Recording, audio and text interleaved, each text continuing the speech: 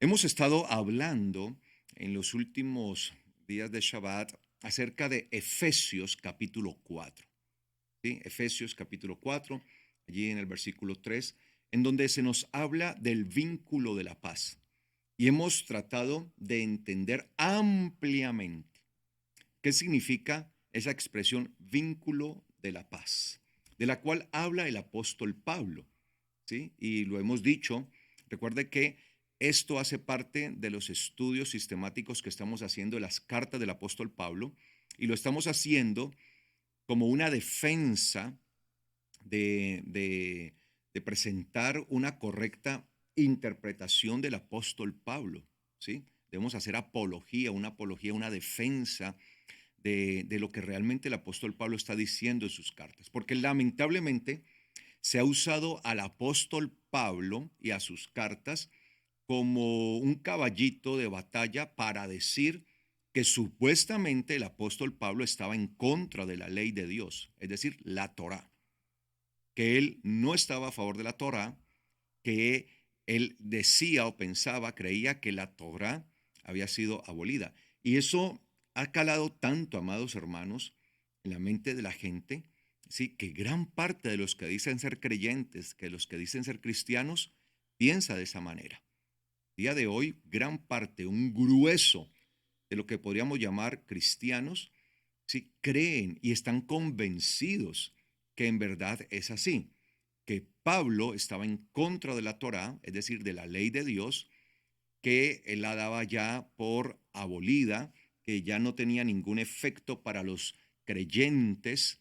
Entonces, eso lo han tomado. Y esto no solamente se ve entre los creyentes, entre los cristianos, ¿sí? Sino que también cuando nosotros vemos en el judaísmo, esto es un dato para que ustedes tengan en cuenta, en el judaísmo se cree y en el judaísmo se enseña, escuche bien, ¿sí? Que el apóstol Pablo, de hecho, yo creo que el apóstol más estudiado en el judaísmo es el apóstol Pablo. Y usted dice, ¿en el judaísmo estudian al apóstol Pablo? Sí, lo estudian para refutarlo. Ok, aclaro, lo estudian para poderlo refutar, no porque les interese a ellos en algún momento alguna de las enseñanzas del apóstol Pablo, no.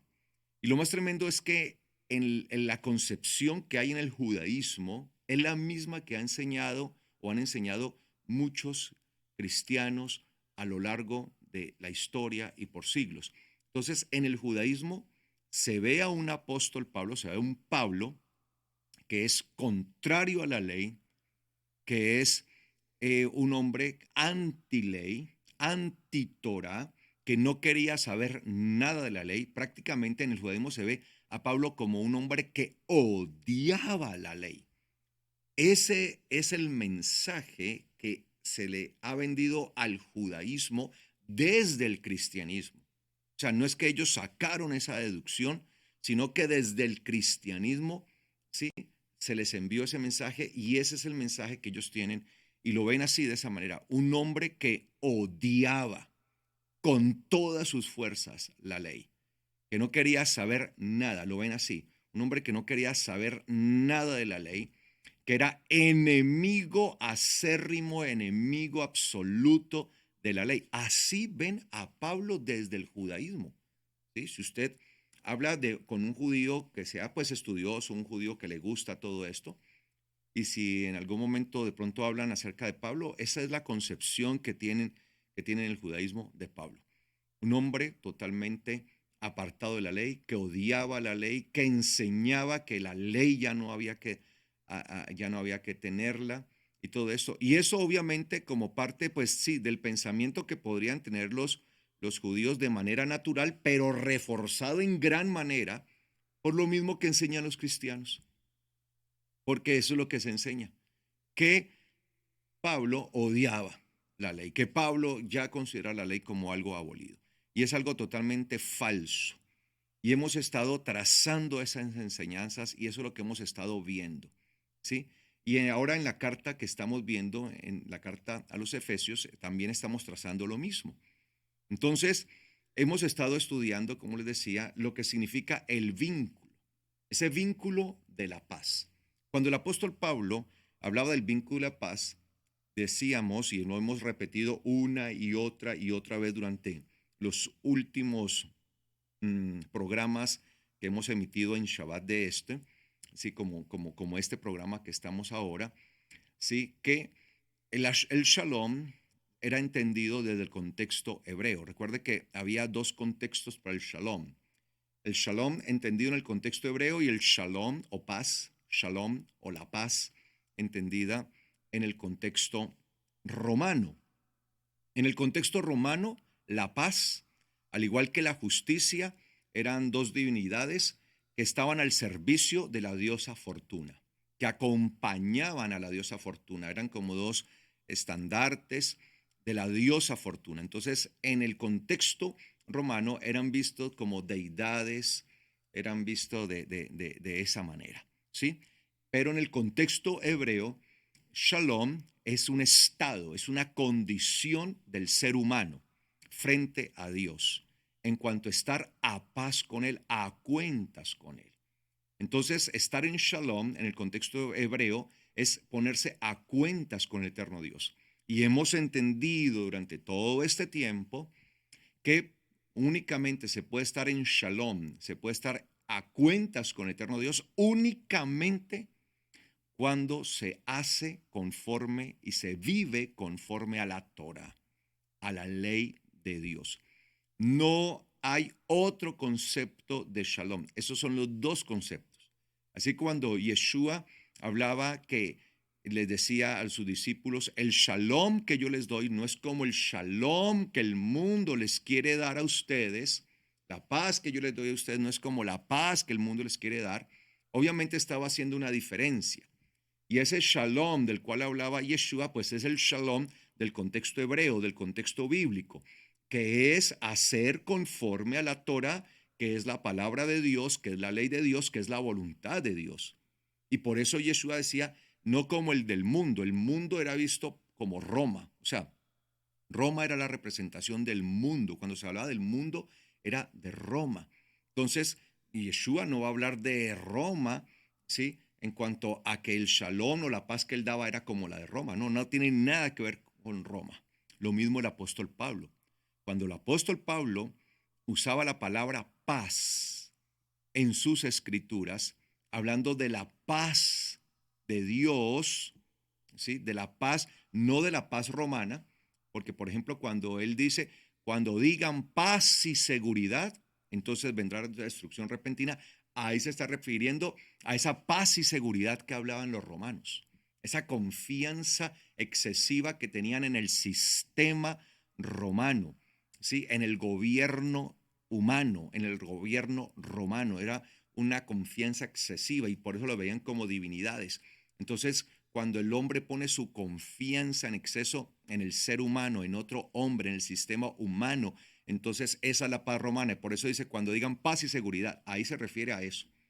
Pero cuando el apóstol Pablo hablaba de la paz, de esa paz que el mismo Yeshua ha puesto entre Dios y nosotros, de ese vínculo de la paz del que habla Efesios, como lo que estamos estudiando, pues está hablando necesariamente de la paz bíblica, del shalom bíblico que tiene que ver con hacer y vivir conforme a la voluntad de Dios, y esa voluntad se hace y se vive cuando vivimos conforme a la Torá, conforme a la ley de Dios.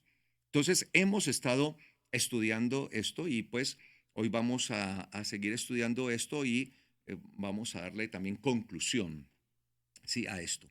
Hace 8 días, en el Shabbat pasado, estábamos precisamente en el libro de Isaías, capítulo 59, versículo 8. Y ahí en el libro de Isaías, capítulo 59, versículo 8, nos habla y dice Isaías 59, 8, lo voy a leer nuevamente, se lo vimos hace 8 días, dice, no conocieron camino de paz. ¿Lo recuerdan? Derech Shalom, Derech Shalom. No conocieron camino de paz, ni hay justicia en sus caminos. Sus veredas son torcidas, sus sendas son torcidas. Cualquiera que por ellas fuere, no conocerá de shalom, de paz. No conocerá. No conocieron, no quisieron conocer, que yo les he explicado a ustedes que el texto hebreo lo que nos indica es eso, ¿sí? No quisieron, o sea, fue una falta de voluntad, no desearon, no quisieron conocer camino de paz, el camino de Shalom, no lo quisieron conocer, el camino de Shalom. Por tanto, no hay justicia en sus caminos. Y eso lo entendíamos hace 8 días. Entonces debe haber una disposición en el corazón de cada uno de nosotros de conocer, y más que conocer, reconocer cuál es el camino de paz. Entonces yo reconozco cuál es el camino que Dios ha trazado. Entonces cuando yo voy por el camino que Él ha trazado, y ese camino lo entendíamos es la Torah, que nos lleva hasta el Mesías, porque el propósito es eso, por eso dice que la Torah nos introduce al Mesías y que la finalidad y el propósito de la Torah, de la ley, es el Mesías. Entonces la Torah tiene una finalidad, tiene un trabajo, y su trabajo específico es tomar al creyente e introducirlo al Mesías, meterlo al Mesías, ¿sí? Entonces, es un camino, y ese es el camino que nosotros vamos siguiendo, es el camino que el Señor mismo ha señalado para que nosotros podamos ser introducidos al Mesías, podamos estar introducidos en Él. De esto se trata, amados hermanos. Entonces, nosotros tenemos que reconocerlo. Si lo reconocemos, pues vamos a ir por el camino de paz, por el Derech Shalom, camino de paz. Y al ir por ese camino de paz, pues vamos a poder conocer la paz. Es decir, se va a poder establecer esa paz, la paz entre Dios y nosotros. ¿Por qué? Porque por naturaleza, por nuestra condición de pecado, éramos enemigos de Dios por naturaleza, ajenos a los pactos, enemigos de Dios. Estábamos apartados de Él. Esa era nuestra condición. Pero al tomar el camino de paz, al decidir caminar por el camino que se nos ha señalado, se nos ha mostrado que nos introduce al Mesías, que tiene como propósito meternos al Mesías, ir hacia el Mesías, tener al Mesías. Cuando nosotros decidimos tomar ese camino, entonces estamos poniéndonos a cuentas con Dios. Eso es Shalom. ¿Ok? Entonces veíamos que precisamente el apóstol Pablo, y lo estuvimos viendo también hace 8 días, dice en Romanos capítulo 3, habla de eso. Él usa este mismo texto de Romanos 50, de Isaías 59, capítulo 59, versículo 8, usa ese mismo texto. ¿Lo usa para qué? Para hablarnos acerca precisamente de que no quisieron conocer. Y el apóstol Pablo lo enuncia en Romanos capítulo 3, lo vimos hace 8 días, Romanos 3:17, precisamente él dice, y no quisieron conocer camino de paz, ¿sí? No quisieron conocer. Entonces, el apóstol Pablo precisamente está hablando en referencia esto al sistema religioso de su tiempo, al sistema judaico. El sistema judaico no quiso conocer camino de paz. Es decir, el sistema religioso estaba compuesto por varias facciones, había fariseos, ¿sí? Había otros, otros grupos, sino que el fariseísmo era el más fuerte a tal grado que es lo que realmente quedó, ¿sí? Fue lo que sobrevivió del judaísmo del primer siglo. El judaísmo del primer siglo, lo único que sobrevivió fue eso, ¿sí? Fue el fariseísmo. Eso es lo que nosotros debemos entender, ¿sí? Los saduceos, que eran la otra parte, pues muy fuerte, ellos, sí, se redujeron prácticamente, quedaron en el exterminio, quedaron muy poquitos, y otros movimientos como los esenios, los celotes, bueno, muchos otros movimientos también desaparecieron, pero lo que hoy conocemos, hoy por hoy como judaísmo, es el fariseísmo. Entonces, en el siglo primero, ¿sí? De la era común, eso era allí, el sistema religioso. Entonces, el apóstol Pablo, por eso dice, no quisieron conocer caminos de paz. Y él está hablando del sistema religioso que había en ese momento en medio del pueblo, en medio de Israel. Ese era ese sistema. Entonces, con su sistema religioso, no reconocían cuál era el camino de paz, y ese camino de paz era la Torá.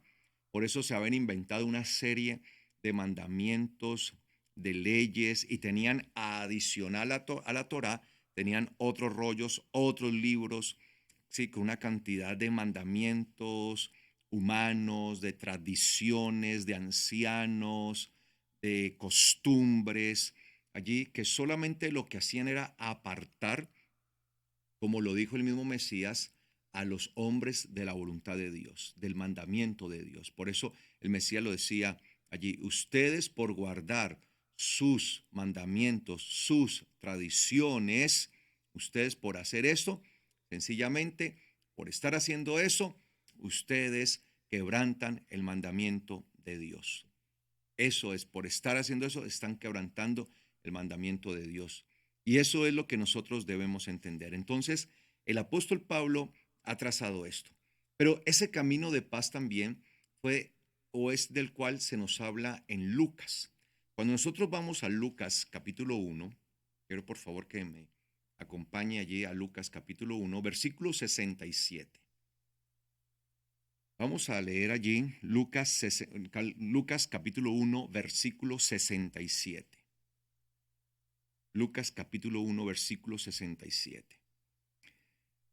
Dice Lucas 1:67.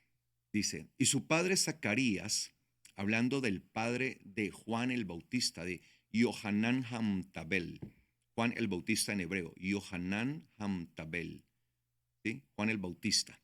Y su padre Zacarías fue lleno del Espíritu Santo y profetizó diciendo, bendito es el Señor Dios de Israel. Recordemos que a Zacarías se le presentó un mensajero, un ángel, que le habló a él acerca de lo que sería. Recuerde que incluso en el momento, y esto es un dato para que lo tengan muy presente, en el momento que Zacarías está sirviendo en el templo, ¿sí? Es el tiempo que está dentro de la celebración de la gran fiesta de Shavuot, de las semanas, ¿sí? De las semanas, la fiesta de Shavuot. Eso es muy importante. Y lo sabemos por qué. Porque en la Biblia se nos dice, allí se nos da el dato, a qué orden sacerdotal pertenecía Zacarías. Entonces los sacerdotes, ellos se turnaban, ellos tenían unos turnos, dependiendo de la clase a la que pertenecían, a la familia, a la casa a la que pertenecían. Por ejemplo, él pertenecía a la de Abías, ¿sí? Entonces, asimismo, se seleccionaban y había unos turnos que ellos prestaban, ¿sí? Entonces, por ejemplo, mire que ese tipo de cosas nos permiten a nosotros establecer esto. Entonces, para ese tiempo, ¿sí? Sobre el tiempo de la celebración de Shavuot, de la fiesta de Pentecostés, Shavuot es semanas, es conocida también como la fiesta de Pentecostés, fue que a Zacarías le correspondió servir en el templo.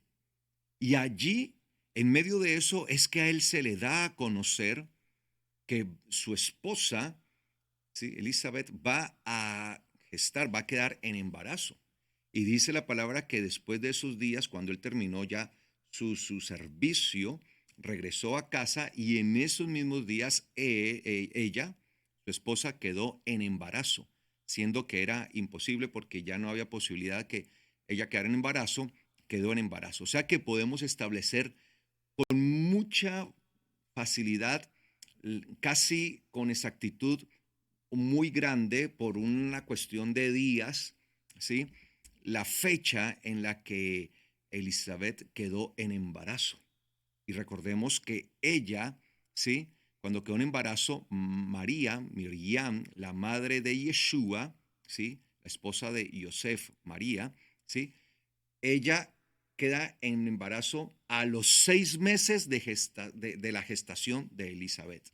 Entonces, mire que todas esas cosas nos permiten a nosotros calcular cuándo quedó en embarazo María, Miriam, porque ella tenía 6 meses, ¿cierto? Entonces, y luego de allí hacer un cálculo exacto de cuándo podría haber sido el nacimiento de Yeshua. Y cuando nosotros contamos, teniendo en cuenta las semanas naturales de embarazo de una mujer, y les doy este dato pues para que lo tengan en cuenta, ¿sí? Cuando nosotros contamos los días y las semanas naturales, nos da justo en Yom Teruah. Yom Teruah, ¿sí? O sea que podríamos decir casi que con seguridad, ¿sí?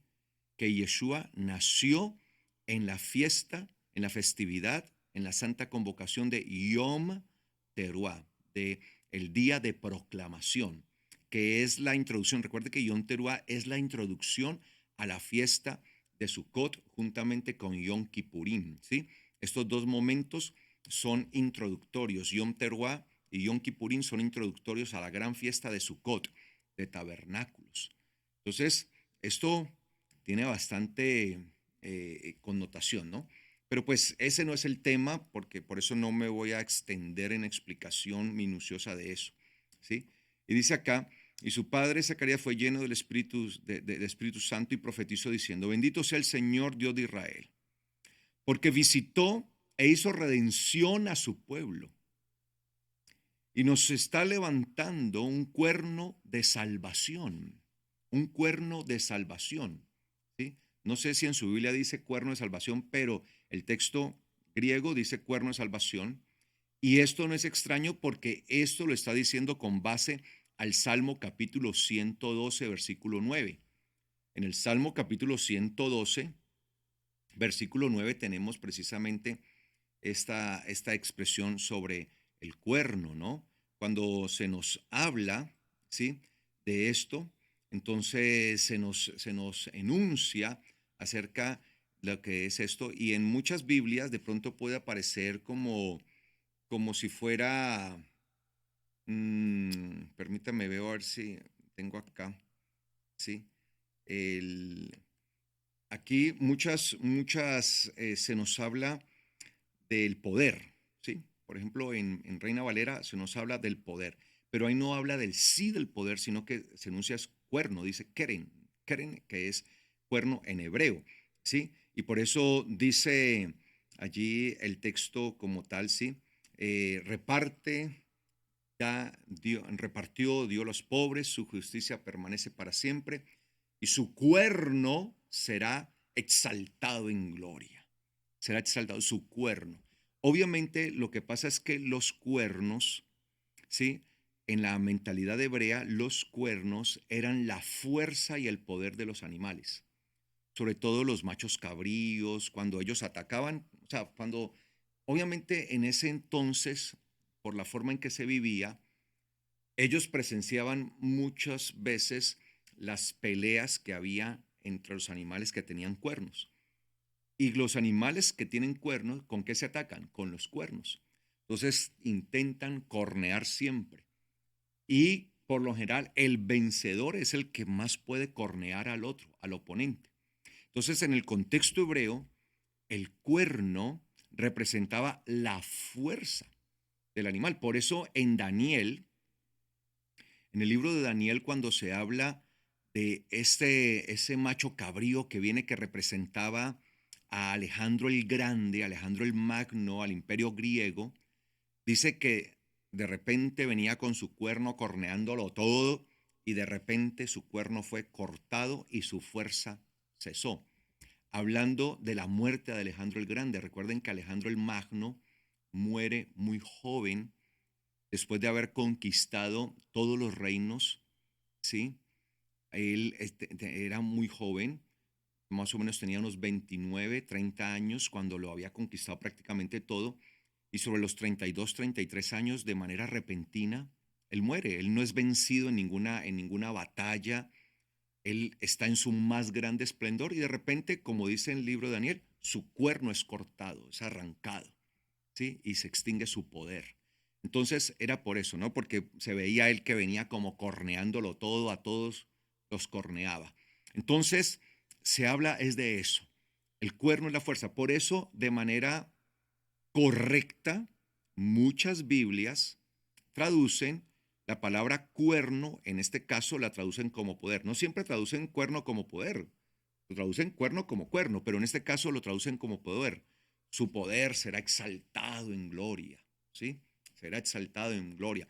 Y es correcto.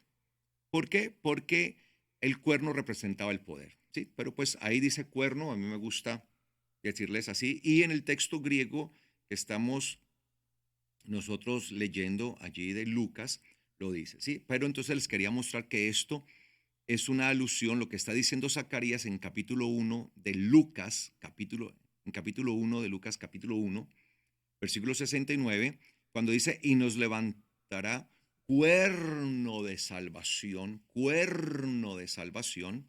es una referencia a ese cuerno exaltado. ¿Y quién es ese cuerno exaltado? ¿Quién es ese cuerno glorificado que viene corneándolo, que va a cornearlo todo y que no será arrancado su cuerno? Pues el Mesías. Entonces, los cuernos tienen eso. Entonces, cuando usted ve en la Biblia, los cuernos, el cuerno tiene esa simbología. Por eso, ustedes ven que el altar tenía en las puntas 4 cuernos, representando el poder completo, el poder total, ¿no? Por los 4 puntos cardinales, por los 4 ángulos de la tierra. Entonces, que es el Señor, el altar es una representación del mundo. Yo no sé si ustedes lo saben, ¿sí? Es una representación del mundo y los cuernos representan la totalidad del poder de Dios sobre la tierra, ¿sí? Por eso se presentaban ofrendas y sobre los cuernos se colocaba sangre, porque la sangre fue vertida sobre toda la tierra con el poder del Mesías. Y eso es algo muy hermoso cuando uno ve esto, ¿no? Entonces, dice acá, y nos levantará cuerno de salvación en la casa de David su siervo. Obviamente sabemos que Yeshua es descendiente de David su siervo. Como lo habló por boca de sus santos profetas desde el principio, desde la fundación del mundo, sí, desde el principio, desde muy temprano en el mundo, ¿sí? Se estuvo hablando de esto. Salvación de nuestros enemigos y de la mano de todos los que nos aborrecen, para hacer misericordia con nuestros padres y acordarse de su santo pacto. Ojo con esto, tengamos en cuenta, acordarse de su santo pacto, el pacto que él trazó, que es su Torah, es su palabra. El eterno Dios siempre se acordará de su pacto, ¿sí? Siempre se acordará. Él no, por eso se habla del pacto eterno, ¿sí? Se habla de esto. La Torah como tal es un pacto eterno, ¿sí? ¿Y por qué la Torah como tal es un pacto eterno? Porque es que la Torah tiene como objetivo dar a conocer, revelar es al Mesías. Y el Mesías es eterno. Entendamos esto. El Mesías no es un ángel, el Mesías no es una criatura, no es una creación. El Mesías es eterno de la misma sustancia del Padre. ¿Ok? Entonces, nosotros debemos comprender esto. Por eso, dice, se acordó de su santo pacto. No que Dios se olvide de su pacto, porque en ningún momento le olvidará su pacto, sino que al acordarse, cuando dice que se acordó de su pacto, es que el pacto se terminará cumpliendo. Es decir, la Torá como tal se terminará cumpliendo. Y eso mismo lo dijo el Mesías. El cielo y la tierra pasarán, pero mis palabras no pasarán. Puede que hoy el mundo no viva conforme a la Torá, no viva conforme al pacto sagrado, y tal vez no se mueven conforme a esto, porque están regidos y cegados por el príncipe de este mundo, que es el enemigo, que es Satanás. Pero no significa que siempre va a ser así. El Señor se va a acordar de su pacto y cuando Él se acuerde de su pacto, todas las naciones caminarán a la luz de ese pacto.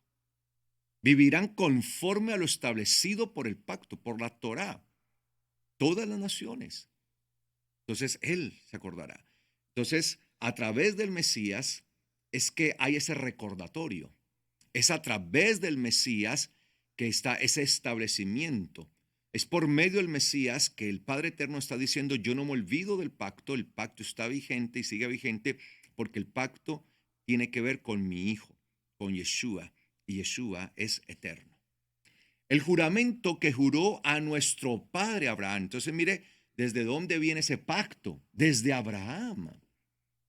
Entonces, aquí vamos quitando eso de la mente de que eso era con Moisés, con Moshe, no, desde Abraham. ¿Cuál es la diferencia? Es que a través de Moshe lo dio escrito. Lo dio escrito, lo escribió y lo entregó como como una notificación notarial, ¿sí? Algo oficial, pero no significa que no existía antes. De hecho, la misma Biblia habla, en el mismo libro de Génesis, se dice que el Señor le dice al hijo de Abraham, a Isaac, le dice a Isaac, le dice, por cuanto tu padre Abraham te bendeciré, le dice, te bendeciré y te multiplicaré. Por cuanto tu padre Abraham guardó todo lo que yo mismo guardo, mis mandamientos y leyes de mi Torah. Entonces mire que dice que Abraham guardó lo que Dios mismo guarda, dice, lo que yo mismo guardo, ¿sí? Algunas Biblias dicen, guardó mis decretos, pero ahí no está diciendo mis decretos en realidad. Cuando nosotros vemos el texto hebreo en Génesis, dice, guardó lo que yo mismo guardo. Así dice el texto hebreo. Guardó lo que yo mismo guardo. O sea, Abraham guardó aquello de lo que Dios es celoso. Cuando dice guardar es velar, es proteger, es custodiar, es vigilar. O sea que Abraham fue un gran vigilante, fue un gran protector de la Torá. ¿Dónde estaba escrita la Torá? En el corazón de Abraham. Allí está la diferencia. Entonces, allí él se convirtió en custodio, en protector, ¿sí? Y es la primera vez, en ese texto de Génesis, es la primera vez que aparece la palabra Torá. Y la primera vez que aparece la palabra Torá es en relación con el profeta Abraham, en relación con Abraham, entendamos esto, al que se le entregaron las promesas. Claro, no podía ser que la Torá estuviera adscrita, ¿sí? No, perdón, no estuviera adscrita a Abraham, a quien se le entregaron las promesas. Si se le hace la entrega de las promesas, es porque con él tenía que ver con la Torá. Entonces, dice allí, el juramento que juró a nuestro padre Abraham, de concedernos que, rescatados de la mano del enemigo, los sirviéramos sin temor. Cuando uno sirve a Dios sin temor, cuando ha sido rescatado realmente. Entonces uno ya no tiene temor de hacer lo que dice la Torá. Uno ya no tiene temor de guardar Shabbat. Uno ya no tiene temor de guardar las fiestas del eterno Dios. Uno ya no tiene temor de seguir la instrucción de la Torá, la instrucción que da, aún en cosas tan básicas como en lo que debemos comer y en lo que no debemos comer. Cosas tan sencillas como eso, amados hermanos, porque aún en eso se ve que ya no estamos bajo la influencia del enemigo.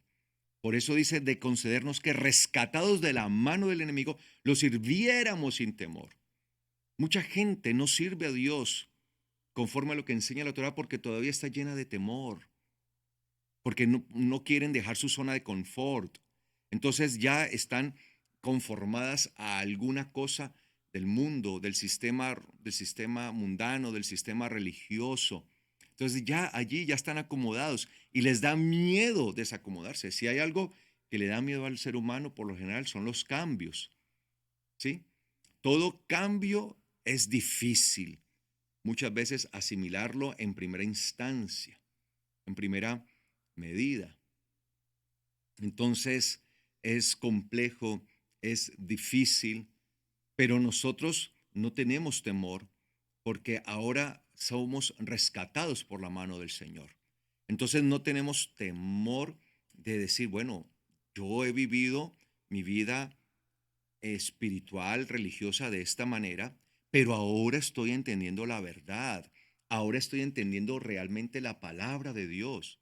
Y me doy cuenta que aunque lo hacía de muy buena forma, de hecho lo hacía de manera muy honesta, porque la verdad creo yo que prácticamente la mayoría de las personas lo hace de manera muy, muy honesta. O sea, la mayoría de personas que empiezan a caminar sus primeros pasos espirituales, lo hacen de manera muy honesta. Puede ser que lo estén haciendo de manera errada, pero lo hacen con mucha honestidad, lo hacen con mucha devoción, con mucho fervor, y lo hacen creyendo que de verdad lo están haciendo de la mejor manera y lo están haciendo para el Señor.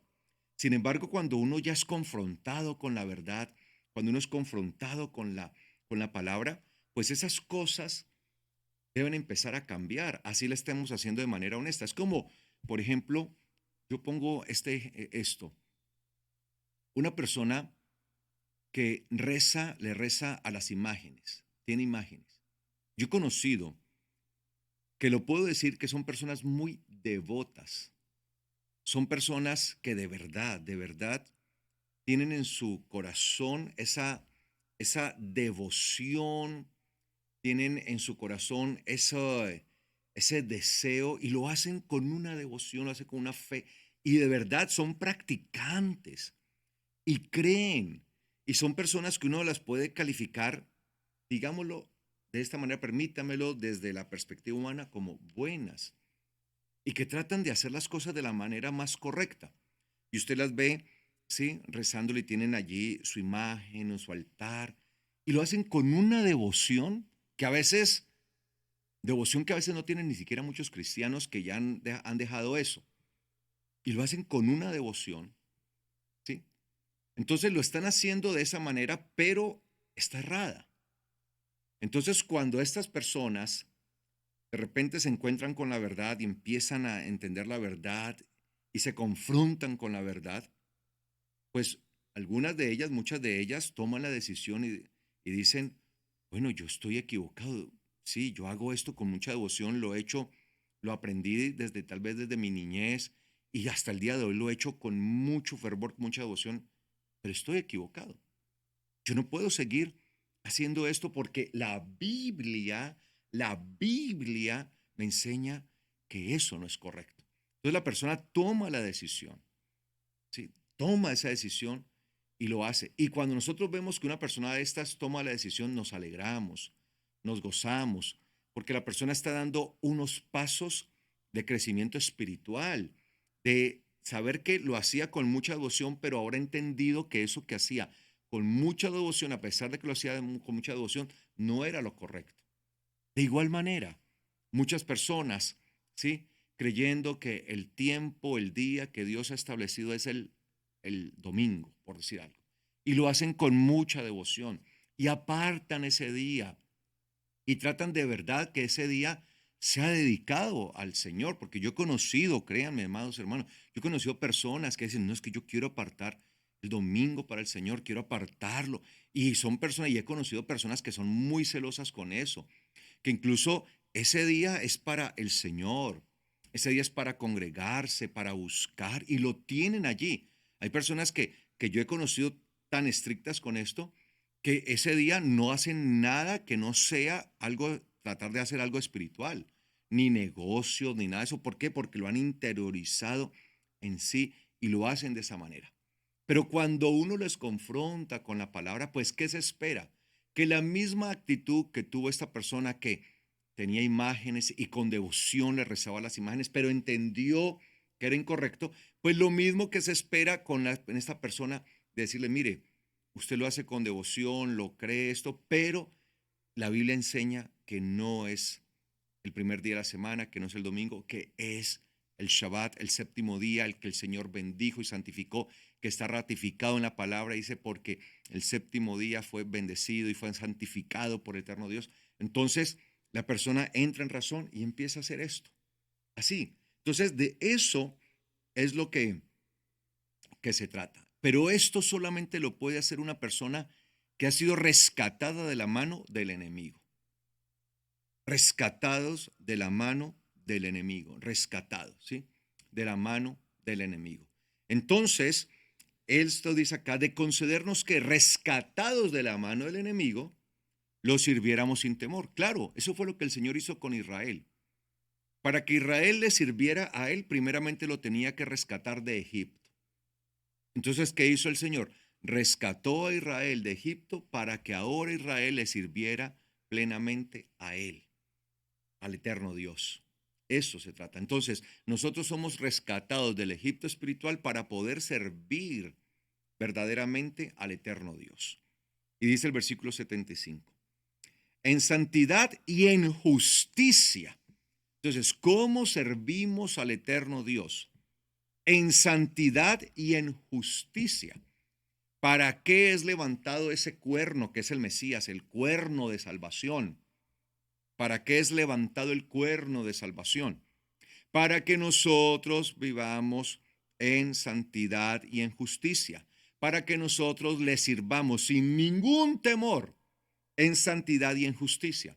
Y recuerde, amados hermanos, que la justicia tiene que ver con la Torá, que la justicia es la Torá, que cada vez que se nos habla en la Biblia de la justicia de Dios, es una enunciación de la Torá, se está refiriendo a la Torá. Siempre debemos hacer eso, ese ejercicio. Eso hace parte de la correcta interpretación de las Sagradas Escrituras, de la hermenéutica.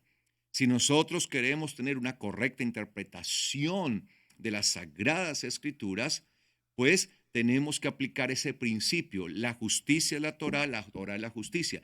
Por eso, cada vez que usted encuentre en la Biblia la palabra justicia, que en referencia a la justicia de Dios, si quiere haga el ejercicio, cambie la palabra justicia por Torá. Porque al cambiar la palabra justicia por Torá, está cambiando por lo mismo. ¿Sí? O sea, es lo mismo. ¿Ok? No es otra cosa diferente. Es como hablar de la casa y hablar de la vivienda. ¿Sí? Entonces, uno habla de una vivienda, uno habla de una casa. ¿Qué está refiriendo a lo mismo? ¿Sí? Entonces yo puedo decir, ve, voy a ir a mi vivienda. ¿Qué es mi vivienda? Pues donde vivo. O también puedo decir, voy a ir a mi casa. Por el hecho de usar dos palabras diferentes, no significa que aquello deja de ser lo que es. ¿Sí? Entonces, usted puede hacer una invitación. Si usted le hace una invitación a sus amigos, le dice, el próximo miércoles, por decir algo, próximo miércoles nos vemos en mi vivienda. Ninguno de ellos se va a confundir, ninguno de ellos va a decir, vivienda, ¿qué es eso de mi vivienda? Todos entienden que es en su casa. Ah, listo, entonces el próximo miércoles a tal hora nos vemos en mi vivienda. Ah, ok, y ahí van a llegar, usted no tiene que explicarles. O también les puede decir, nos vemos en mi casa, allí. Entonces son dos palabras diferentes, pero que significan lo mismo. Es una referencia exactamente a lo mismo. Entonces, a la ley de Dios se le llama Torah, porque es instrucción, la instrucción que él da. Pero a la ley de Dios también se le llama justicia.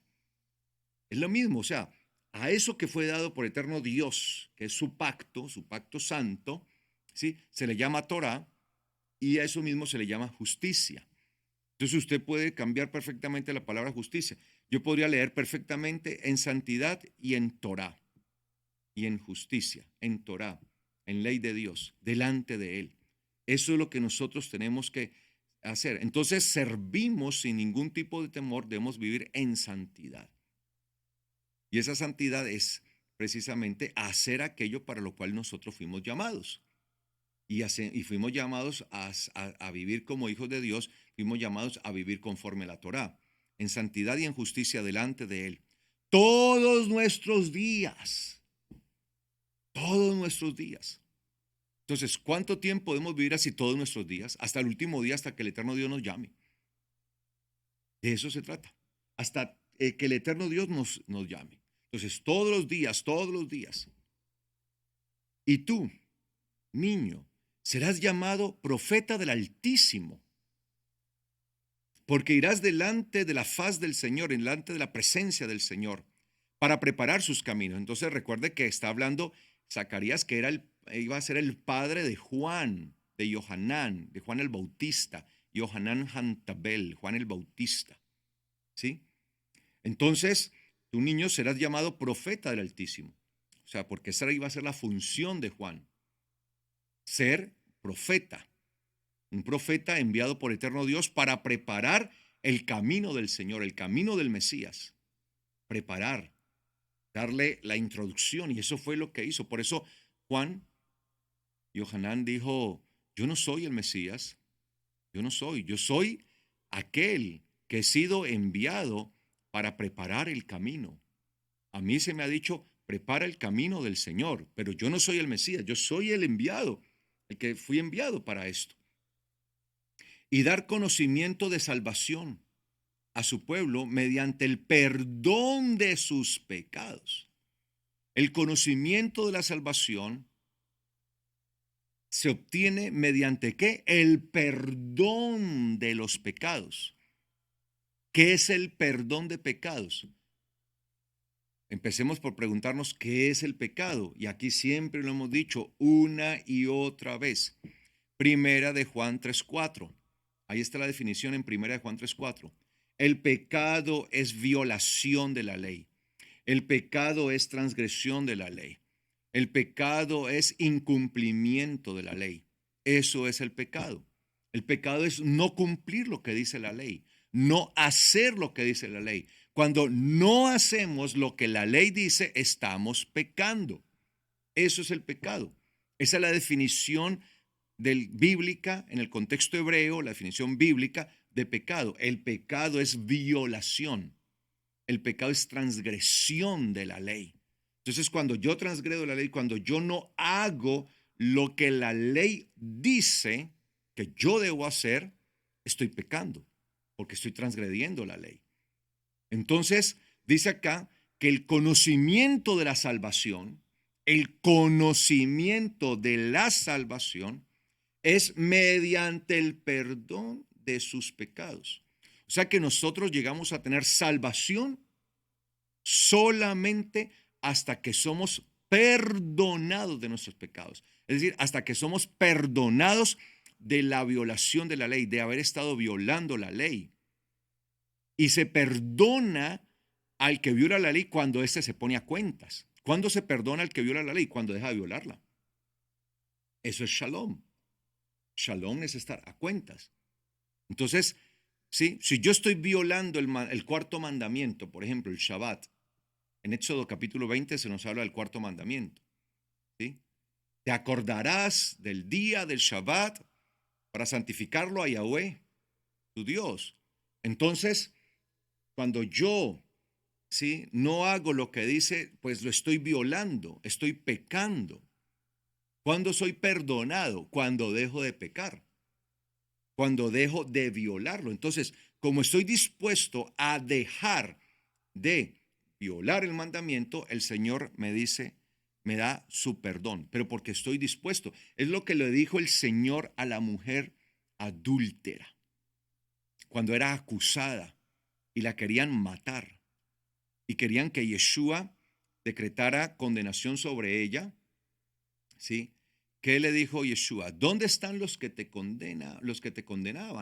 ¿Dónde están los que te estaban señalando? Dijo, no, todos se han ido, Señor, no hay ninguno. Entonces el Señor le dijo, bueno, yo tampoco te condenaré. Así que vete, pero no sigas, no continúes pecando. Te perdonaré, o sea, el perdón estaba condicionado.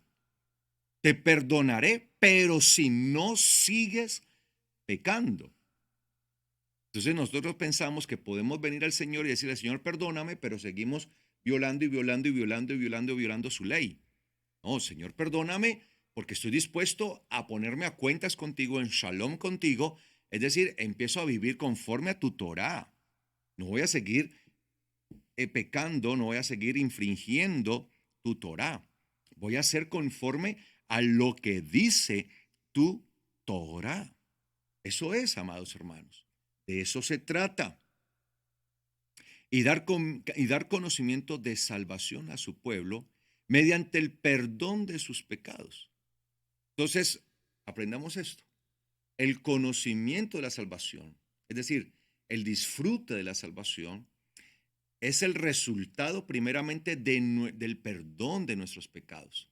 No podemos decir que somos salvos si antes no somos perdonados de los pecados. Pero para ser perdonados de los pecados tenemos que estar dispuestos a dejar de pecar sistemáticamente. No quiere decir que nunca más vamos a volver a fallar. Sí, vamos a fallar. Pero una cosa es una falla Y otra cosa es estar practicando el pecado de manera sistemática. Y cuando yo practico el pecado de manera sistemática, cuando violo reiteradamente la Torá una y otra y otra y otra y otra vez sobre la misma falla, la misma falla, la misma falla. En un equipo, en un instrumento, en una instalación, se puede dar una falla. ¿Y qué sucede cuando los equipos entran en falla? Pues se corrigen, ¿sí? Pero ¿qué pasa si no se corrige esa falla a tiempo? Pues esa falla va a derivar en otras fallas, hasta que colapsa el equipo y ya no hay nada que hacer con él, porque no se tomó una medida a tiempo. Entonces yo tomo una medida a tiempo, listo, le pido perdón al Señor, dejo de pecar, de quebrantar de manera sistemática una y otra vez la Torah en lo mismo, en lo mismo. Entonces ahora acepto, bueno, ¿en qué he estado fallando? Entonces cuando nosotros venimos al Señor, pues lo primero que tenemos que preguntarnos es, ¿en qué he estado fallando yo? ¿Cuál es ese pecado que continuamente he vivido o con los pecados en los que yo he vivido y mi vida, sí, se había habituado a ellos, a tal grado que ni siquiera creíamos que éramos pecadores? Hay borrachos, hay personas entregadas al licor y son borrachos y borrachos y no son conscientes de que eso esté malo ni pecado. No, de hecho dicen, no, eso es lo más de bueno y todo eso, y no piensan que están pecando. Y hay personas que pueden perder la voluntad en medio del licor y beben y vuelven a beber, ¿sí? Están ya como los peces de Navidad, ¿no? Beben y beben los peces, ¿sí? Entonces, pueden beber y beber y no son conscientes. No, no estoy haciendo nada malo. Y toda su vida la pasan así, borrachos. Y la Biblia condena eso. La Biblia no condena el hecho de que una persona se tome una copa de vino, que puedan disfrutar allí una copa y todo eso. Usted puede disfrutar, puede estar con su familia, con sus amigos, tener una copa y ya. Lo que condena la palabra es el exceso de consumo del licor que lleva a la persona a perder el juicio y la razón. O sea, la persona no puede tomar licor más allá de la pérdida de su razón, de la pérdida. Y hay personas que lo hacen, porque en medio de eso se cometen pecados, se cometen excesos, se hacen una cantidad de cosas que ni siquiera de las cuales a veces son conscientes o se acuerdan. Hay personas adúlteras, adúlteras, y no consideran que estén pecando, considera que está bien. Y pueden tener una relación extramatrimonial y todo esto, y no, y están allí. Yo he conocido casos donde la esposa, ¿sí? Conoce que su esposo, yo he conocido casos personalmente, donde la esposa conoce que su esposo tiene una amante y el esposo visita al amante, incluso hasta tiene días en donde se queda con la amante. Estos días de la semana se queda con la amante y estos días con la esposa. Y el tipo no cree, no considera que esté pecando, ¿no? De pronto desde aquí los otros vemos, no, está pecando, está pecando. Hay personas que no guardan Shabbat, guardan otro día, domingo, por poner el ejemplo, domingo, y no creen que estén mal, no creen que eso está mal, creen que está bien, no son conscientes. Mire, mire eso, no son conscientes. Hay personas que son chismosas, hay personas que son habladoras, calumniadoras, y ni siquiera se dan cuenta de eso, ni siquiera saben que están mal, y lo hacen. Entonces, por eso dice acá, dar conocimiento de salvación a su pueblo mediante el perdón de sus pecados. Entonces, la salvación viene como resultado del perdón de los pecados, y el perdón de los pecados se da cuando yo decido colocarme a cuentas, decirle, sí, Padre, he pecado contra ti, he pecado contra ti, Señor. He hecho lo malo, contra ti he pecado, solamente contra ti me he levantado. y esto, y esto, y esto, y esto he vivido, esto, ahora que entiendo tu palabra, sé que no he hecho conforme a tu Torá, no he hecho conforme a tu ley, pero quiero ponerme a cuentas. Siendo consciente de que sí he pecado, hoy me pongo a cuentas contigo y te pido que me perdones. Y pon tu espíritu en mí para que yo no ceda y no siga pecando en eso. Perdón de pecados, se puso a cuentas. Eso es shalom. Versículo 78. A causa de las entrañas de la misericordia de nuestro Dios, con las cuales nos visitará desde lo alto el sol de la aurora, ¿sí? Ese sol glorioso. Cuando habla el sol, pues no se está hablando del sol literalmente, ni nos están diciendo que adoremos al sol, sino que nos está hablando del sol de justicia. Recuerda que Yeshua también se le conoce como el sol de justicia. Él es el sol de nuestra justicia, el sol que nos resplandece, el sol que nos ilumina. ¿Para qué ese sol que sale resplandeciente? Para dar luz a los que habitan en tinieblas. Todo esto es espiritual. Y en sombra de muerte. Los que habitan en tinieblas y en sombra de muerte. Entonces, así se le da luz a los que están allí en tinieblas y en sombra de muerte. Para guiar nuestros pies, ojo con esto, para guiar nuestros pies ¿hacia dónde? Hacia el camino de paz. Hacia el camino de paz. Wow. Todo esto de la salvación, del Mesías, de la Torá, todo esto tiene como propósito que nosotros nos encaminemos al camino de paz. Es la única manera que podemos estar vinculados a la paz, el vínculo de la paz, el vínculo de la paz. Encaminar nuestros pies hacia el camino de paz. Por eso en el libro de Isaías dice, no quisieron reconocer el camino de paz. Pablo lo dice, tomando lo que dice el profeta Isaías, como está escrito, no quisieron reconocer el camino de paz. Acá se nos está hablando y se nos está diciendo, el propósito es guiar nuestros pies, nuestros pasos, encaminarnos hacia el camino de paz. La pregunta es, ¿quieres tú, queremos nosotros reconocer el camino de paz? O tal como se dijo en aquel tiempo, lo dijo el profeta Isaías, no quisieron reconocer el camino de paz. Y lo mismo se repitió en las siguientes generaciones, hasta el apóstol Pablo, también retomando las palabras de Isaías, dijo, no quisieron reconocer el camino de paz, que no quieren.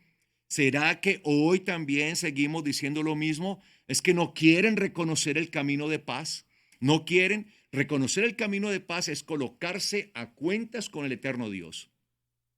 Es caminar por el camino en donde nos colocamos a cuentas con Él. Es ir por el camino en donde vivimos conforme a la Torá, el camino de paz. Todo esto para dar luz a los que habitan en tinieblas.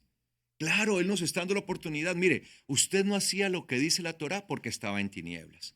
Usted no hacía lo que dice la Torá porque estaba en sombra de muertes, pero le vamos a dar la oportunidad. El sol de justicia va a resplandecer sobre usted. ¿Con qué propósito? Que usted se encamine, que sus pies se encaminen hacia el camino de paz. ¿Lo acepta? ¿Sí o no? Y es ya depende de nosotros si reconocemos o no el camino de paz. Si decimos, sí, acepto, reconozco que ese es el camino de paz y me voy a poner a cuenta. Si la Torá es el camino de paz y por allí me voy a ir porque es la que me introduce al Mesías, es la que me lleva al Mesías, la Torá, la ley de Dios, lo voy a hacer, me voy a poner a cuentas con Dios. O simplemente como hicieron los de la generación de Isaías, del profeta, como hicieron con la generación, muchos de la generación del apóstol Pablo, no quisieron reconocer el camino de paz. Hay esas dos opciones. ¿Reconocemos el camino de paz y guiamos nuestros pies hacia ese camino o simplemente no lo reconocemos? Entonces muchos dirán, no, Eso de la ley, eso no es falso, no está vigente, eso ya fue abolido, eso nada que ver con nosotros, eso era para los judíos, nada que ver con nosotros, nosotros somos gentiles, por tanto podemos hacer lo que nos venga en gana. Sí, el Espíritu de Dios nos guía, pero nosotros hacemos lo que nos venga en gana. Porque el Espíritu de Dios siempre va a guiar, si es el Espíritu de Dios, verdaderamente, si es el verdadero Espíritu de Dios, va a guiar a la gente a vivir conforme a la Torah. Si es otro espíritu, un espíritu de engaño, la gente va a creer que es el Espíritu de Dios, pero los va a llevar por otra senda. Entonces, ¿cuál es el camino que vamos a tomar? El camino de paz. Mire todo lo que tiene que ver con la paz. Por eso cuando el apóstol Pablo habla del vínculo de la paz, nosotros no podemos leer eso en Efesios capítulo 4, ahí, el versículo 3, y mediante el espíritu y el vínculo de la paz, y seguimos de largo, como si ese vínculo de la paz no importara y eso no significara nada. El vínculo de la paz. ¿Cuántos días hemos estudiado esto acerca del vínculo de la paz? Entonces, ¿vamos a estar vinculados a la paz, sí o no? ¿O vamos a quedar desvinculados? ¿Cómo vamos a quedar? ¿Vinculados o desvinculados? Si nos queremos vincular a la paz, al shalom, tenemos que tomar por el camino de paz. Y el camino de paz es el que se nos señala por medio de la Torah, la ley de Dios, la justicia de Dios. Que no queremos estar vinculados a la paz, sino desvinculados del shalom de Dios. Listo, no queremos nada con el shalom de Dios, quedamos desvinculados, entonces nos vamos por cualquier otro camino, por los caminos que nos muestra el mundo y el sistema religioso. Entonces, allí está la situación. Para dar luz a los que habitan en tinieblas y en sombra de muerte, para guiar nuestros pies hacia el camino de paz. Y quiero terminar con esto. Vayamos rápidamente, ¿sí? Allí a lo que dice la carta a los en la carta de los Hechos. Hechos 10, versículo 19.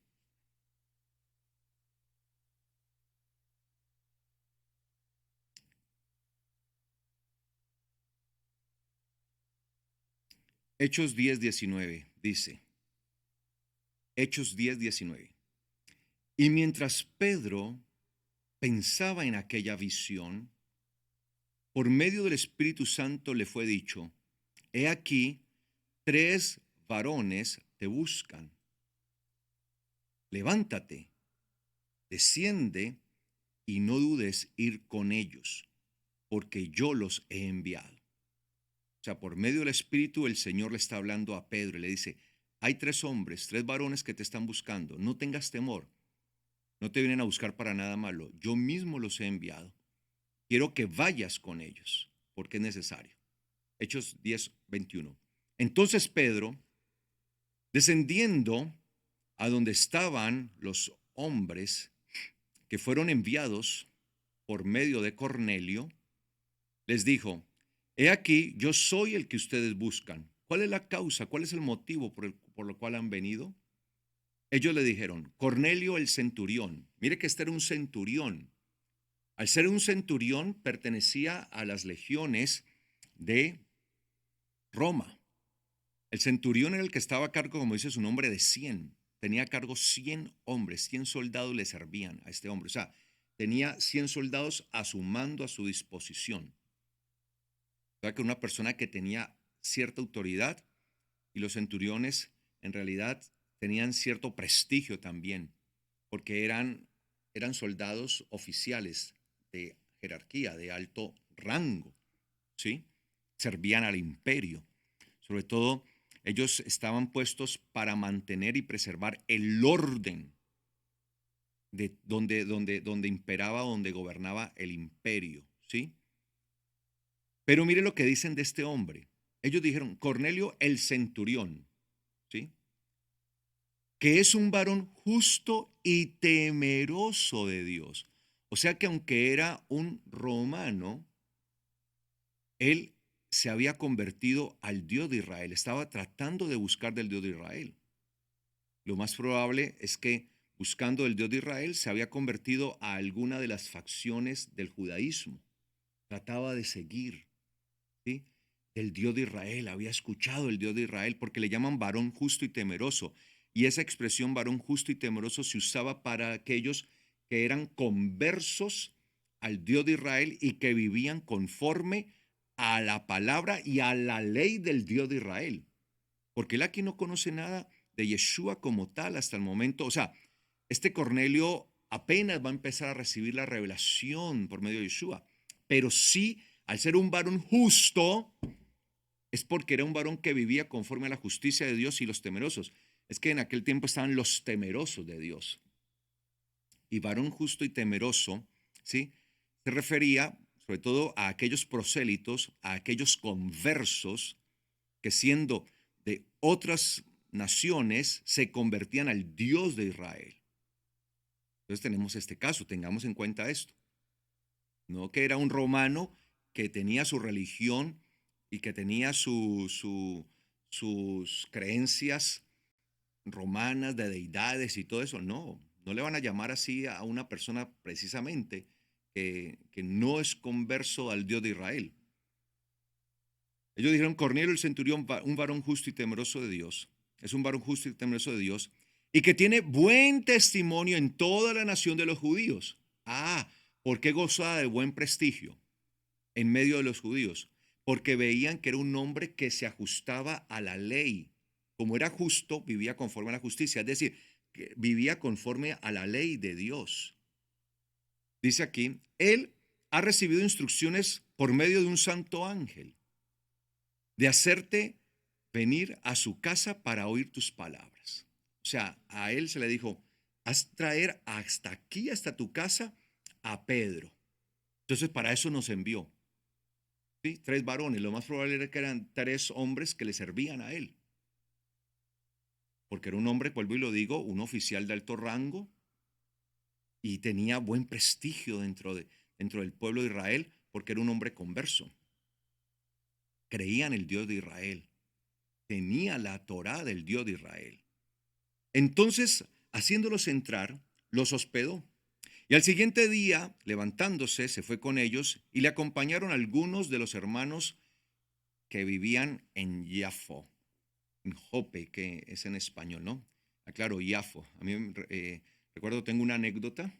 Me acuerdo una vez en una clase de la universidad, una profesora que es de Israel, ¿sí?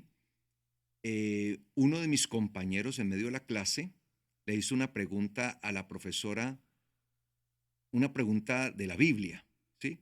Entonces mi compañero le dijo a la profesora, profesora, disculpe, tengo una inquietud. Entonces ella le dijo, sí, es que aquí hay un versículo, un texto bíblico, si usted me permite, yo lo puedo leer y me gustaría saber cómo se entiende esto acá. Bueno, estábamos debatiendo unas cosas allí en cuanto al contexto y estábamos estudiando toda la parte de arqueología y contexto y todo esto, ¿no? Allí, de arqueología. Entonces la profesora le dijo, sí, dijo, es un texto del Nuevo Testamento, ¿me permite? Ah, sí, sí. Y leyó uno de estos textos. No recuerdo exactamente cuál era en este momento, si era este mismo o cuál. No, no, no era este porque tenía que ver con una ubicación geográfica, pero hablaba de Jope, ¿sí? Allí. Y ella, Jope. Y ella no sabía que era Jope. Ella es una profesora, ella es israelí, sí, habla el español, obviamente, pero ella, Jope, y ella no podía entender que era Jope hasta que yo le dije, profesora, Jope es Iafo. Ah, Iafo, claro. Ustedes le llaman, y ella era ustedes le llaman Jope. Ella no sabía que en español, ¿sí? Iafo se decía Jope, no sabía ella. Ah, ¿y ustedes le llaman Jope? Jope. Eso tan raro, decía yo, eso tan extraño que se escucha eso. Sí, Iafo. Sí, es Iafo, claro, Iafo, sí. Entonces yo caí en cuenta que ella no podía, Jope, y ella era Jope, Jope, ¿qué es Jope? Ella incluso dijo, ¿qué es Jope? Claro, muchos pensarían, ¿cómo así esta profesora no sabe qué es Jope? ¿Qué estamos hablando? Entonces yo le dije, es Iafo. Entonces entendió eso. ¿Sí? Esa anécdota se las cuento ahí. Entonces dice, le acompañaron algunos de los hermanos de Jope, que es Iafo en hebreo. ¿Sí? Al otro día entraron en Cesarea y Cornelio los estaba esperando, habiendo convocado a sus parientes y amigos más íntimos. Cuando Pedro entró, salió Cornelio a recibirle y postrándose a sus pies, le adoró. Mas Pedro le levantó y le dijo, levántate, pues yo mismo también soy un humano, soy un hombre. O sea, no le permitió. Claro, él era un hombre que venía de todo esto.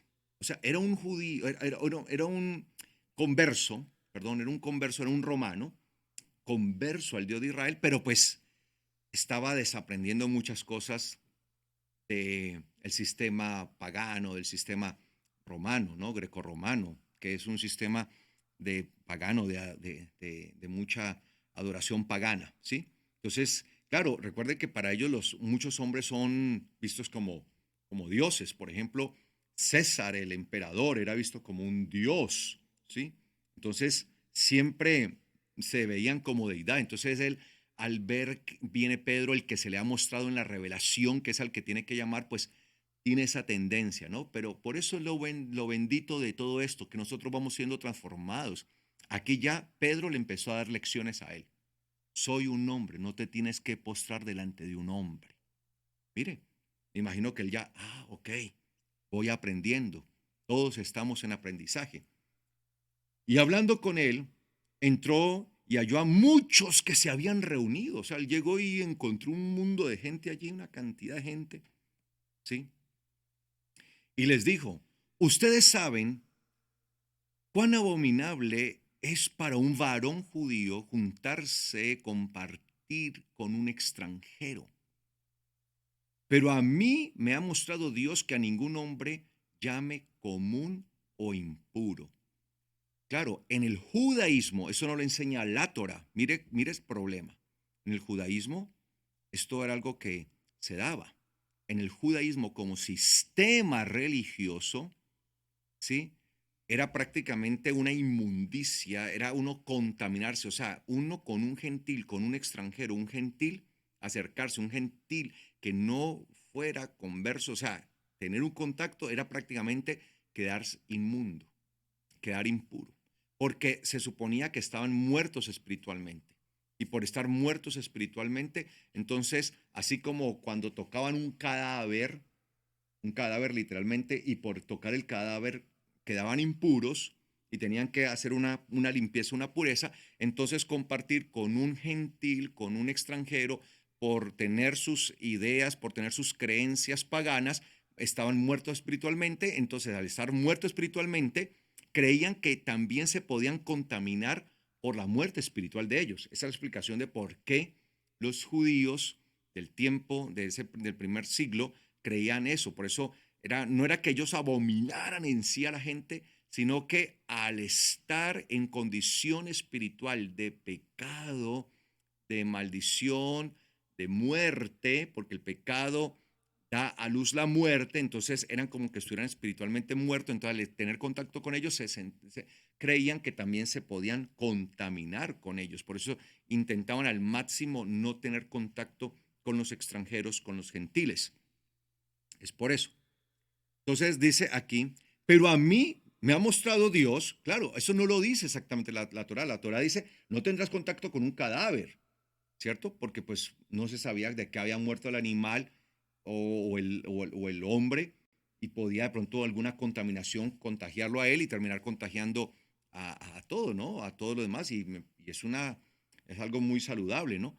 Pero esto lo tomaban también hacia las demás personas, hacia los vivos, pero que espiritualmente podían estar muertos.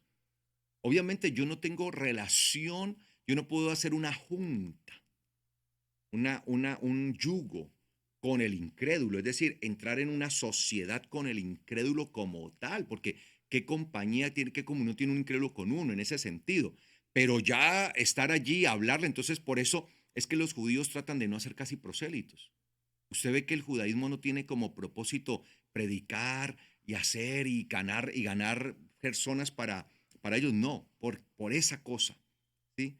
Que se pueden contaminar.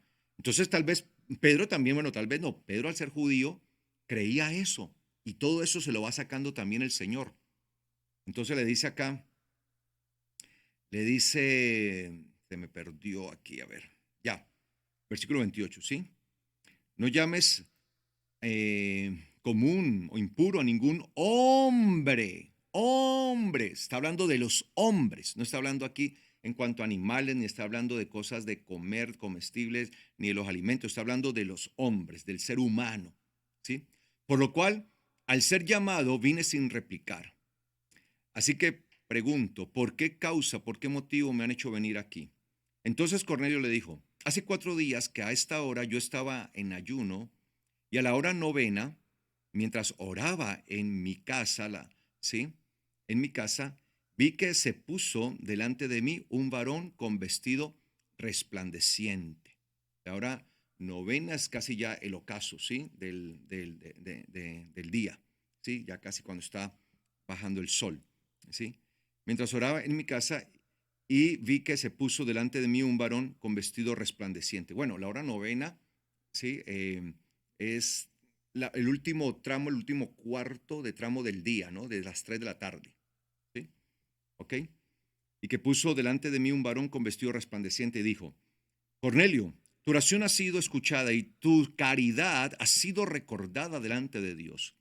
Envía pues a alguien hasta Iafo, hasta Jope, y haz venir a Simón, el que tiene por sobrenombre Pedro, el cual está morando en casa de Simón el curtidor junto al mar. Y cuando llegue, él te hablará. Así que luego envié por ti, y tú has hecho bien en venir. Ahora pues, todos nosotros estamos aquí en la presencia de Dios para oír todo lo que Dios te ha ordenado. ¿Qué disposición eso? Todo lo que Dios te ha ordenado. Que eso sí que no le gusta a la gente. Oír lo que Dios ha ordenado. Y nosotros, el Espíritu de Dios nos prepara para oír lo que Dios ha ¿qué? Ordenado. Que eso es lo que mucha gente no quiere. Entonces, dice allí el versículo 34, entonces Pedro, abriendo su boca, dijo, en verdad comprendo que Dios no hace acepción de personas. O sea, él está entendiendo ahora, por lo que has recibido, que no era así como él creía o como le habían explicado, como le habían enseñado. De que no se juntara, de que no se allegara, no tuviera algún tipo de relación con algún extranjero o gentil, sino que debía relacionarse con ellos con qué propósito, de poderles predicar el evangelio, de poderles hablar acerca del evangelio, porque cómo iban a oír si no se les va y se les habla. Entonces Pedro, abriendo la boca, dijo, en verdad comprendo que Dios no hace excepción de personas, sino que en toda nación, en cualquiera, se agrada del que le teme y hace justicia. Wow.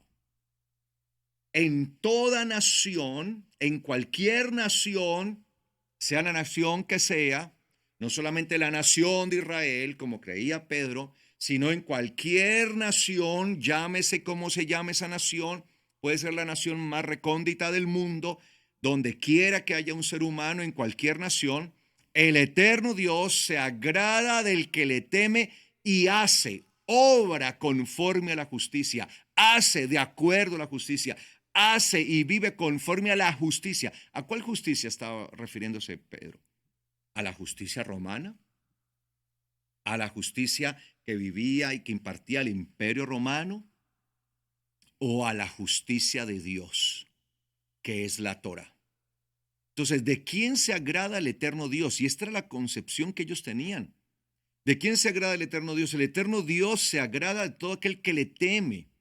Y el temor de Dios tiene que ver con la Torá. De hecho, la palabra temor en hebreo es de la misma raíz que la palabra Torá. Es la misma raíz. La palabra yaré en hebreo, viene de la misma raíz de la que viene Torá, que es la palabra yará. Yará es la raíz. Yará es la raíz de yaré, temor, y de la palabra Torá. Son la misma raíz. ¿Por qué? Porque se entiende, con esto se sobreentiende que la única manera de temor a Dios, de temer a Dios, es viviendo conforme a su Torá, a su palabra. Eso es Torá. Entonces, la misma palabra, yaré, temor en hebreo, viene de la misma raíz que viene Torá, que es la palabra yará. Esa es la palabra raíz. ¿De dónde viene la raíz de Torah? De Yará. ¿De dónde viene la raíz de Yaré? De Yará, ¿sí? Que es temor. Es la misma. Por eso la palabra temor en hebreo está asociada íntimamente, semánticamente, lingüísticamente con Torah. Por eso se entiende en el contexto hebreo, nadie puede decir que teme a Dios si no teme a su Torah. Nadie puede decir que tiene temor de Dios si no tiene temor de la Torá. El temor a Dios es vivir conforme a la Torá. Por eso, amados hermanos, por eso Él está diciendo acá que Dios se agrada del que le teme. Al temerle a Él, entonces obra en justicia. Como yo temo a Dios, entonces vivo conforme a su justicia. Y la justicia de Dios, como se los he dicho siempre, es la Torá. La Torá es la justicia es la Torá. Tu justicia es justicia eterna y tu Torah es la verdad, dice el libro de los Salmos 119. Entonces, cuando nosotros entendemos que la Torah, sí, tu Torah es tu justicia es su justicia eterna y tu Torah es la verdad, entonces yo entiendo que la Torah es la justicia, pues cuando yo veo acá la palabra justicia la puedo cambiar por Torah, por ley de Dios, perfectamente. Entonces, Él se agrada del que le teme y hace conforme a la Torah, hace conforme a la ley. Es lo que está diciendo allí. Ellos no tenían ningún lío de entender la palabra justicia como Torah, como ley. Ningún lío, la entendían exactamente. Por eso muchas veces usan la palabra ley, otras veces usan la palabra justicia. Ley, justicia, indistintamente.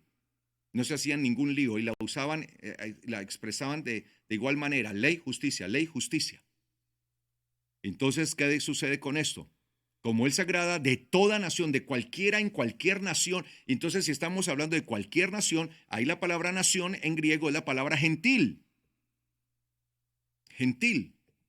Como Él se agrada de cualquier gentil en cualquier parte, después de que sea un gentil que le teme y hace conforme a la Torah, hace conforme, entonces ese gentil ya no vive como los demás gentiles, entonces ahora hace parte del pueblo de Dios, porque ya entiende que era gentil, pero ya no es más gentil, porque ya no sigue viviendo como viven los gentiles, ahora vive como el pueblo de Dios. Entonces, Dios se agrada de él. ¿Qué dice el versículo 36? Por eso Dios envió su mensaje a los hijos de Israel, anunciando el evangelio de ¿qué? De la paz, por medio de Yeshua Mesías, el cual es el Señor, el Adón, el dueño, el amo de todos. ¿Quién es Yeshua? El dueño de todos, el amo de todos, el Adón en hebreo, Adón, Adón de todos, el dueño, el amo de todos. Entonces, ¿qué fue anunciado? El evangelio de la paz. ¿Y por medio de quién fue anunciado el evangelio de paz? Por medio de Yeshua Mesías. O sea que Yeshua vino a anunciar el evangelio de la paz. Es decir, el evangelio de ponerse ¿qué? A cuentas. A cuentas.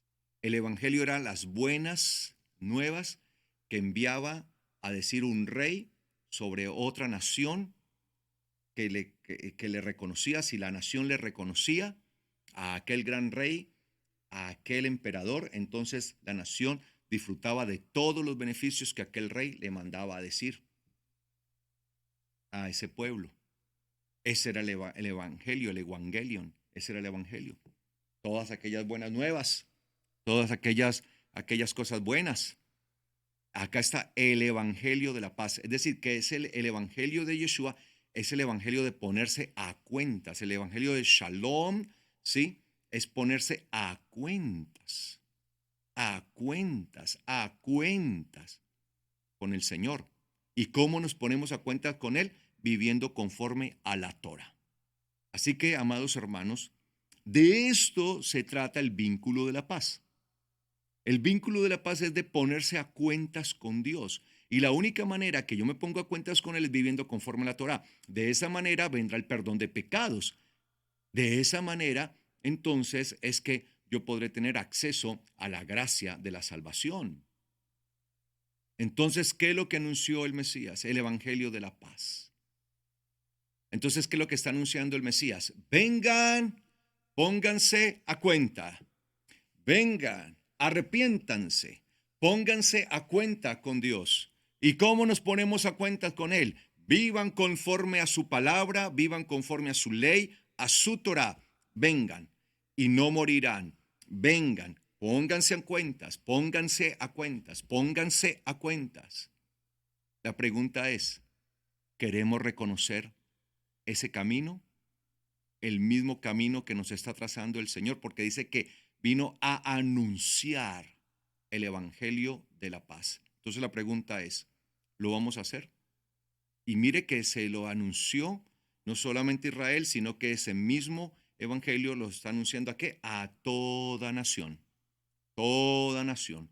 Esto no se trata de judíos, de gentiles, esto se trata de que a toda nación se le está anunciando y se le invita, se le llama a ponerse a cuentas. Cuando nosotros nos ponemos a cuentas con el Señor, es decir, empezamos a vivir conforme a su Torá, quedamos vinculados a la paz. El vínculo de la paz.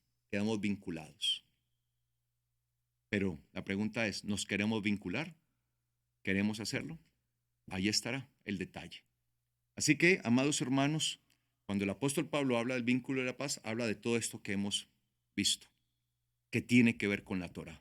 Una vez más demostramos que el apóstol Pablo no estaba en contra de la Torá, sino que por el contrario, cada palabra de él afirmaba más la Torá. Amén. Antes de terminar, amados hermanos, ¿sí? Voy a pedirles a ustedes si esta palabra, si esta enseñanza para ustedes es de bendición, que le dé me gusta al video de YouTube ahí. Me gusta, me gusta. Es tan necesario ese me gusta. Ahí en el video de YouTube, por favor, hágalo. Sí, dele me gusta y comparta, comparta. Si este video para ustedes ha sido de bendición, para usted ha significado algo, entonces hágalo en el nombre del Señor y comparta, comparta con otros. ¿Ok? Si alguien ha llegado a nuestra transmisión por primera vez recientemente, ¿sí? Les voy a pedir por favor que se comuniquen con nosotros al número que aparece en su pantalla. Ahí aparece un número, comuníquese, llámenos, o no, perdón, llámenos, no, escríbanos, disculpe, escríbanos, no nos llame, porque no se contesta en ese número, no se contesta llamadas, se contestan los mensajes escritos. Entonces usted nos escribe, ya sea por WhatsApp o por Telegram, lo puede hacer. Entonces nos escribe, si vive fuera de Colombia, más 57, tengan en cuenta que aparece allí más 57, ese es el código de área de Colombia. Usted debe colocarlo así completo, más 57 301 201 6600. Si ve aquí en Colombia, simplemente 301 201 6600, ¿ok? Entonces escríbanos, diga su nombre, de dónde es, en dónde vive, en qué parte, si es aquí en Colombia, en qué ciudad, si es fuera de Colombia, dónde. ¿Sí? Si tiene una petición, la puede colocar, que con mucho gusto estaremos orando. Ese número es el número de contacto que usted puede tener allí para contactarnos a nosotros, para nosotros saber en qué le podemos servir. Es necesario que nos contacte para poder entrar en contacto con usted, ¿ok? Haga eso. También les invito para que vean nuestra página web oficial www.palavraverdadera.org.co. Allí esa es nuestra página y puede encontrar todo acerca de nuestro ministerio, ahí puede encontrar todo acerca de nosotros y también las cuentas bancarias que nosotros tenemos disponibles para que quienes deseen hacer algún aporte, una ofrenda, sus diezmos, si usted ve que este ministerio es de bendición para su vida, bueno, lo puede hacer, puede hacerlo a través de esas cuentas que aparecen allí en nuestra página web y que tal vez también están apareciendo allí en su pantalla, ¿ok? Para que lo tengan allí en cuenta, porque pues esto es lo que nos permite a nosotros seguir avanzando y llevar la palabra. No se olviden que hoy a las 4:30 de la tarde tenemos nuestro servicio de cierre de Shabbat presencial, 4:30 de la tarde, presencial. No se olviden de esto, por favor, ¿ok? Para que asistan con toda su familia aquí en la ciudad de Cali, en el sector de Bochalema, y también en la ciudad de Tunja a las 4 de la tarde, ¿sí? Allí nuestro hermano en Tunja también tienen la posibilidad de tener su servicio presencial a las 4 de la tarde. Empiezan allí en la ciudad de Tunja. Amados hermanos, muchas gracias por ese tiempo que me han dispensado, que me han permitido llegar hasta ustedes. Les habló su amigo, su servidor, Carlos Rabat, desde aquí, de la ciudad de Cali, en Colombia. Muchas bendiciones. Shalom para todos ustedes.